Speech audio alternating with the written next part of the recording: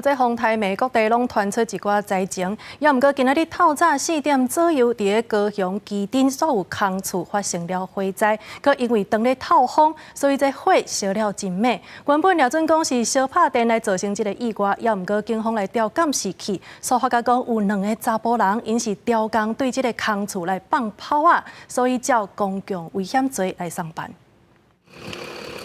大火一直看消防人员用水线来灌救，煞断着丰台梯风真后，着火的空厝，还有隔壁的空厝拢互烧着。因现场风势助长火势，本局人员于4时43分将火势扑灭，现场无人员受伤，无人员受困。 台北1点钟才甲火拍花，附近的居民本来当作是烧拍电着火，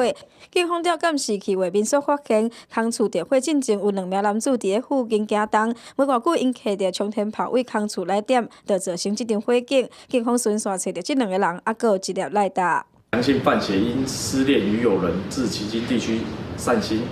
后，无心友人建议杨兰可释放烟火来排解情伤。有闻到臭味啦。 了窗啊拍开哦，火已经足严啊啦，过分啊，佮恶质尔，性命问题啊，你咧。